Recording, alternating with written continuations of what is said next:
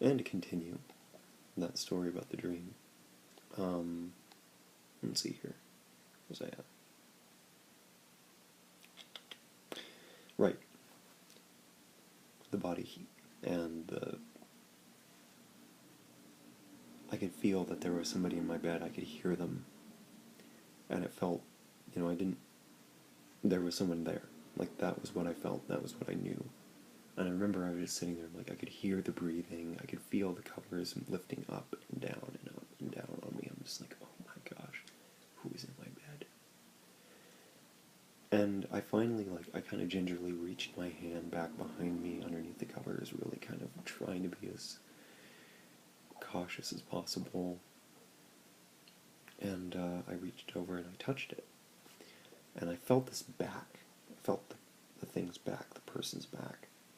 And it felt like it was kind of moist, kind of sweaty, and very hot. And had very coarse hair, kind of like a really thickly, very hairy man's body hair. And I remember feeling that and just kind of recoiling in horror and thinking, oh my gosh, there's someone in my bed. There's a person in my bed. And I was like, okay, I need to see who this is. I need to see what's going on. And I remember I turned really quickly. And what I saw, it looked like kind of like a half bull, half man, kind of like a minotaur. And it was Lucifer in a form. And he kind of screamed at me. And I screamed back, panicked, and I leapt up out of bed. And the dream was over. The whole thing felt extremely real.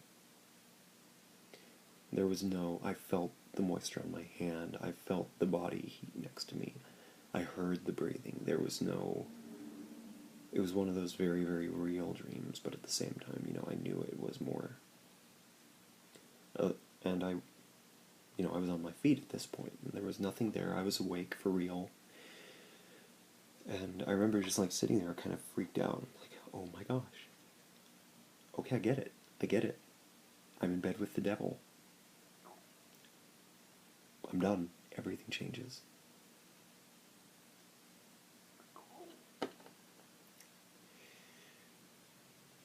So, with that,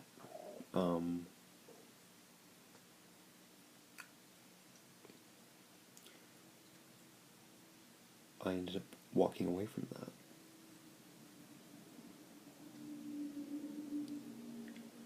And it wasn't like I went right to God or anything like that. In fact, what I did was I floundered for a little bit. That happened in sophomore year of the dream.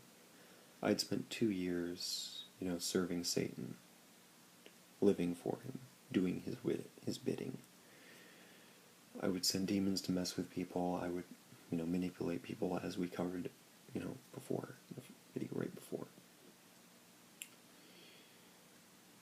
I did those things. I learned those things. I learned how to do them, and I learned how to do them very, very well. A lot of people kind of crave the power to manipulate the world around them, but they don't understand the cost of that.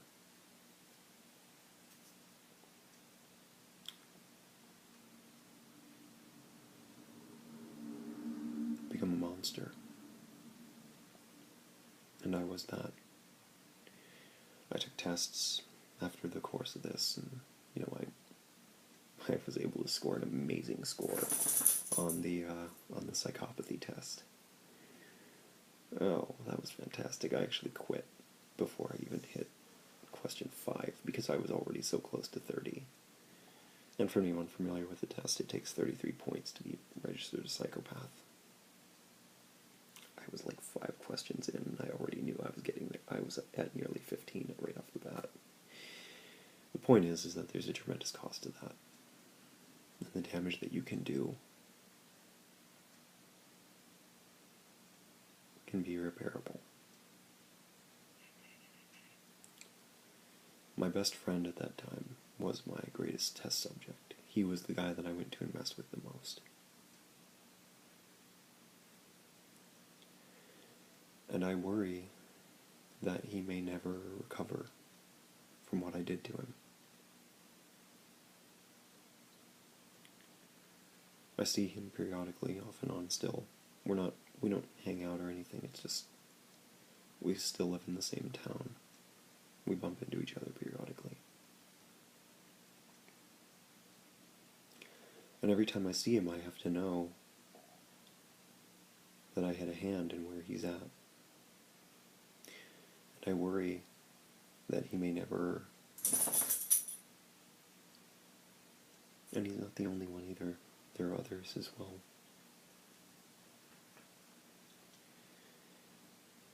But I worry that they may never be whole again. That they may never be able to think and reason fully and completely.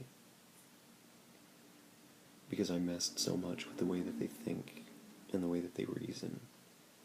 And I did so much damage to them emotionally.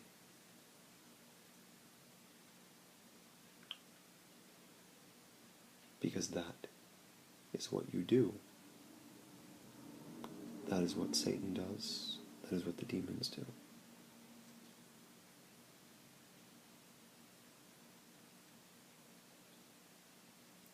And that is what I did.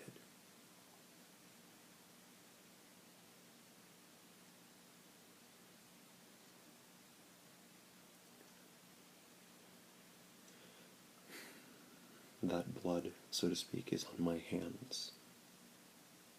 Nor it was until Christ washed them.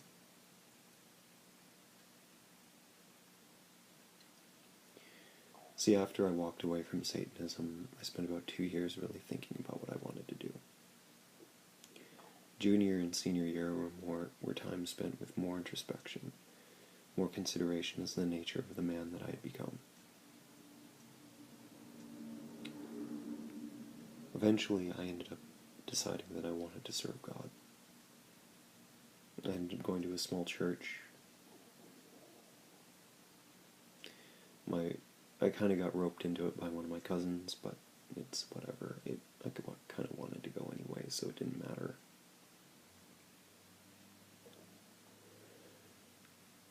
And I became very devoted to that. They became my family and friends. And it didn't end up working out. The church ended up going into a weird direction, and on top of that, there were circumstances there that led me to... Well, I fell in love with a girl, and then I ended up...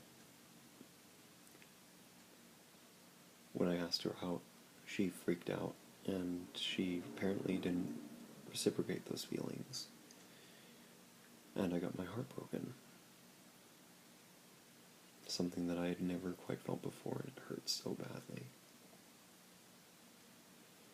And it wasn't enough to have my heart broken by this girl who I loved. But in addition to that, I had the entire church turn on me.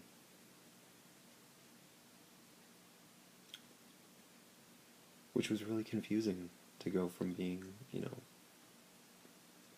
I worked with the youth group there, and I had kind of taken up the role of being the pillar for that group, and which is a weird thing, to go from Satanist, leading people away from God, to actively helping teenagers with, cocaine addictions and things like that, kind of come out of the dark and serve Christ and learn who he is.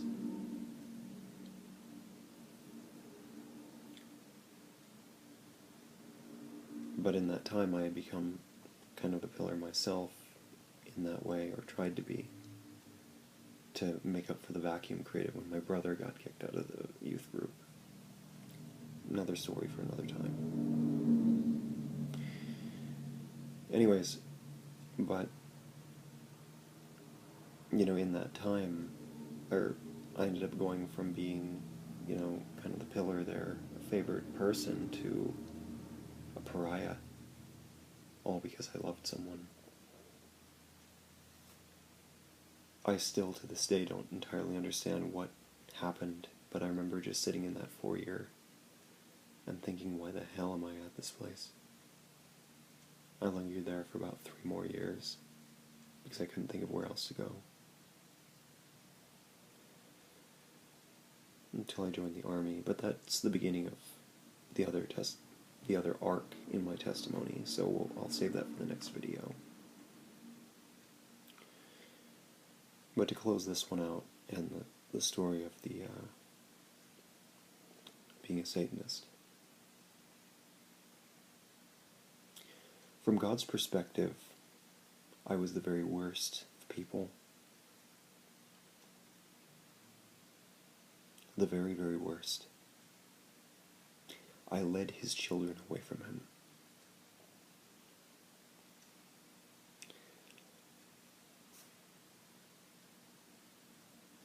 I did that intentionally, and I did it well. And there are some people who may never come back. And I had a hand in that. See, I've since disavowed the whole idea of predestination. In fact, going over the scriptures and actually learning more about the Bible since then. When I was 12, I didn't exactly understand what I was reading. I spent a lot of time now since then, learning.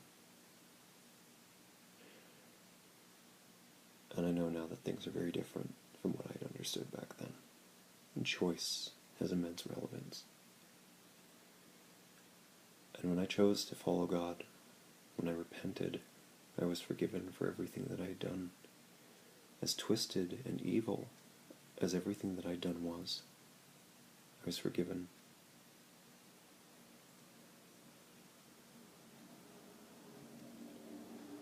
And if there's anything to take away from this particular story, it's the fact that no matter what you've done or what you've been, God wants you.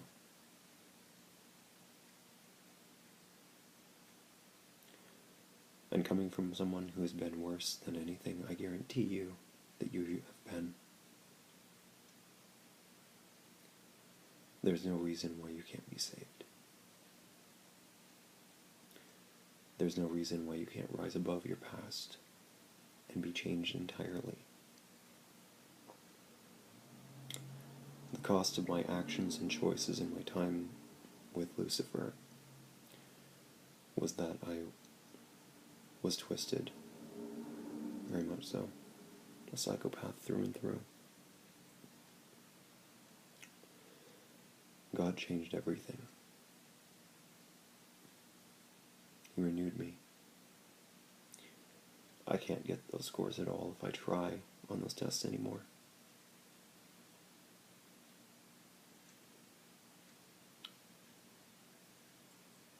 Be amazed at what God can do in your life if you let Him.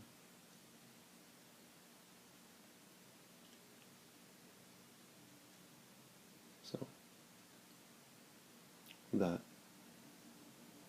is the story of my service to Lucifer. Now in the next video or two, you get to learn about my porn addiction. Good times.